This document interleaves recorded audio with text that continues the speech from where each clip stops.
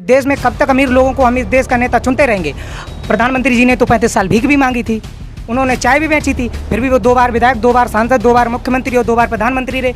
कब उन्होंने भीख मांगी और कब चाय बनाई। ना उनके साथ आज तक उनके साथ का कोई चाय पीने वाला मिला, ना उनके साथ कोई आज तक पढ़ने वाला मिला है। अब बताओ, चंद्रशेखर आज़ाद पर इस देश का बहुजन समाज विश्वास करता है।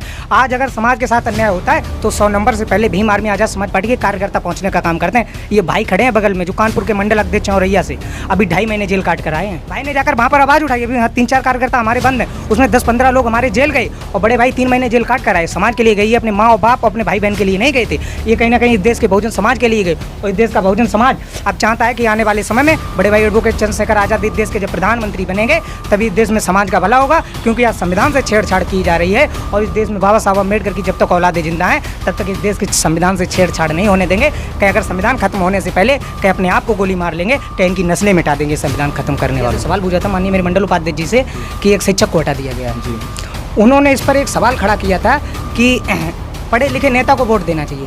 तो माननीय प्रधानमंत्री जी ने ये शायद वीडियो सुन लिया और उस शिक्षक को हटा दिया। तो मैं मानता हूँ कि माननीय नरेंद्र मोदी जी ने ये एक्सेप्ट कर लिया कि मैं बिगड़ पढ़ा लिखा हूँ, अनपढ़ हूँ। किसे प्रधानमंत्री होना चाहिए आपकी नज़र में? देखो, मेरी नज़र में तो अब इस देश में अगर कोई अच्छा नेता है और इस देश में अगर असलियत में कोई अगर समाज के लिए संघर्ष करने वाला है, चाहे आप किसी मामले को उठाकर देख लीजिए, चाहे ओबीसी आरक्षण हो, चाहे बहन बेटियों के सम्मान की बात हो, चाहे आज किसी भी प्रकार का मामला हो, तो इस देश में एडवोकेट चंद्रशेखर आज़ाद रावण जैसा प्रधानमंत्री और कोई नहीं हो सकता है। क्यों? और हम लोग इस बात का मन बना चुके हैं कि आने वाले समय में बड़े भाई एडवोकेट चंद्रशेखर आज़ाद जी को इस देश का प्रधानमंत्री जरूर बनाए।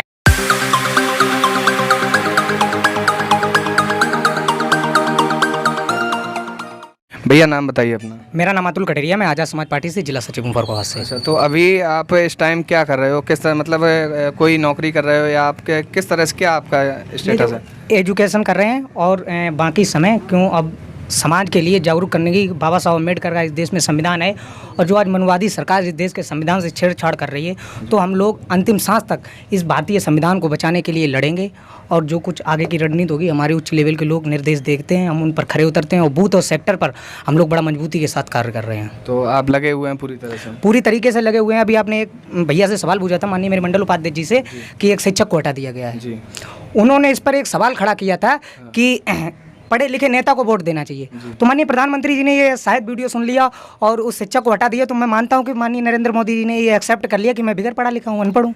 अच्छा, तो आपका कहना ये है कि प्रधानमंत्री जी ने खुद यकीन कर लिया कि मैं पढ़ा लिखा हूँ? आप बताओ, सीधी सी बात है। उन्होंने अगर उस शिक्षक को हटाया, उसने कहा पढ़े लिखे को वोट देना चाहिए, तो उन्होंने ये एक्सेप्ट जो किया कि मैं बिगड़ पढ़ा लिखा हूँ, उन्होंने एक्सेप्ट कर लिया ये। तो मतलब अब किस तरह से, किसे प्रधानमंत्री होना चाहिए आपकी नज़र में? देखो, मेरी नज़र में तो अब इस देश में अगर कोई अच्छा नेता है और इस देश में अगर असलियत में कोई अगर समाज के लिए संघर्ष करने वाला है, चाहे आप किसी मामले को उठाकर देख लीजिए, चाहे ओबीसी आरक्षण हो, चाहे बहन बेटियों के सम्मान की बात हो, चाहे आज किसी भी प्रकार का मामला हो, तो इस देश में एडवोकेट चंद्रशेखर आज़ाद रावण जैसा प्रधानमंत्री और कोई नहीं हो सकता है। क्यों? और हम लोग इस बात का मन बना चुके हैं कि आने वाले समय में बड़े भाई एडवोकेट चंद्रशेखर आज़ाद जी को इस देश का प्रधानमंत्री जरूर बनाएंगे। इसलिए हम लोग दिन रात मेहनत कर रहे हैं भाई चंद्रशेखर आज़ाद जी को मजबूत करने के लिए।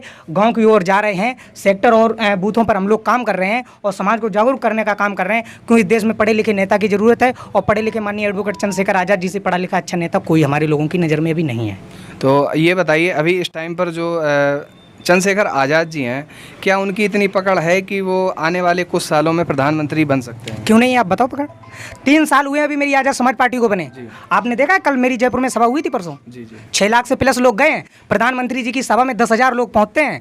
जब उनके पास बसें ऐसे सब फ्री कर दी जाती, हम ना उनको खाना देते हैं ना उनको कोई साधन देते हैं, फिर हमारे 6.5 लाख लोग गए। अभी आपने भोपाल देखा था कुछ समय में 12-13 लाख आदमी की भीड़ हुई है।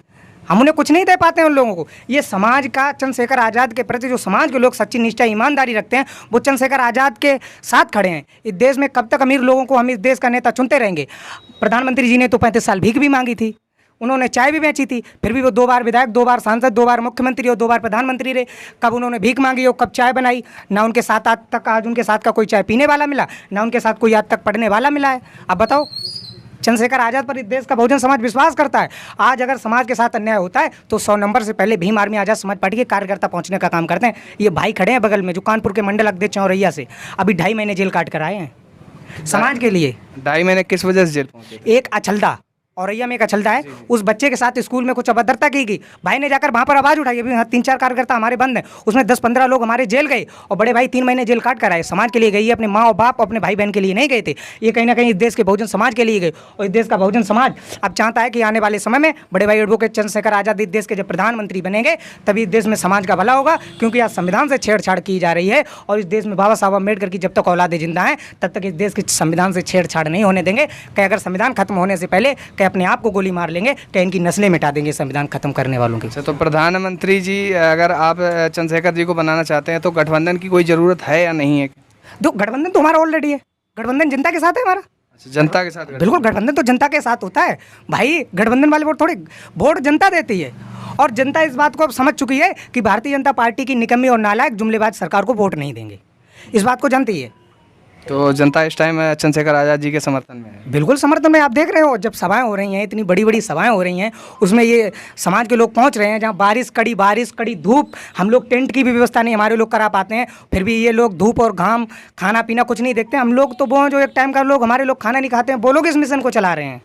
इस देश में बहुजन समाज के लोग बड़ा मजबूत हैं और अब ये ड्रामाबाजी नहीं चलेगी, ना जुमलेबाजी चलेगी कि आपने किसी दलित के घर पर खाना खा लिया, अपना खाना अपनी पत्तल मंगाकर खाना खा लिया। अरे मैं मत दिखाओ, दंगे होते नहीं हैं, दंगे इस देश की सरकारें करा रही हैं। आप नूह मेवात का देख रहे होंगे मामला।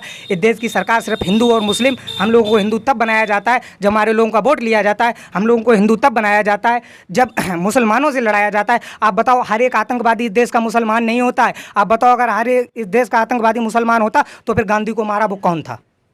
बताओ आप। तो वो मुसलमान नहीं थे? कौन था? गांधी को मारा वो मुसलमान थे?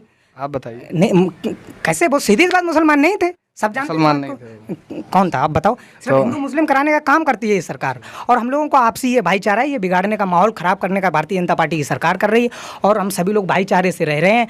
आने वाले समय में भीम आर्मी आज़ाद समाज पार्टी को बड़ा मजबूती के साथ खड़ा करेंगे और जिस दिन इस देश में चंद्रशेखर आज़ाद इस देश के प्रधानमंत्री होंगे उस दिन दलित, पिछड़े, आदिवासी किसी समाज पर अत्याचार नहीं होगा। ये जिम्मेदारी के साथ कह रहा हूँ। ना दोबारा कहीं मणिपुर जलेगा। आज मणिपुर जल रहा है, सब देख रहे हैं, आदिवासियों के साथ ये हो रहा है।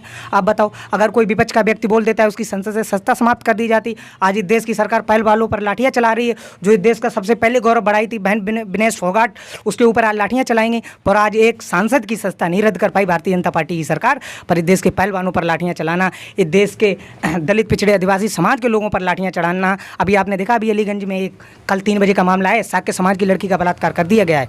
अभी एक 4 दिन की पहले की मामला है कि एक उन्नाव में एक दलित समाज के घर पर हमला कर दिया गया, जिसमें उसकी 4 साल की बच्ची मर गई और उस बिटिया के माँ बाप बुरी तरीके से घायल है। हमारे भीम आर्मी के लोग वहाँ पर आंदोलन कर तब उन लोगों को जेल भेजाया। बताओ, कहाँ कार्रवाई कर पा रही है सरकार? भारतीय जनता पार्टी की सरकार विफल है इन सब चीज़ों में।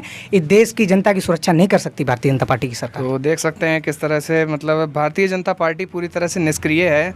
किसी भी तरह से जो अपना कहते हैं कि ग्रामवासियों क्षेत्र में किसी तरह से कोई भी मदद नहीं की जा रही है।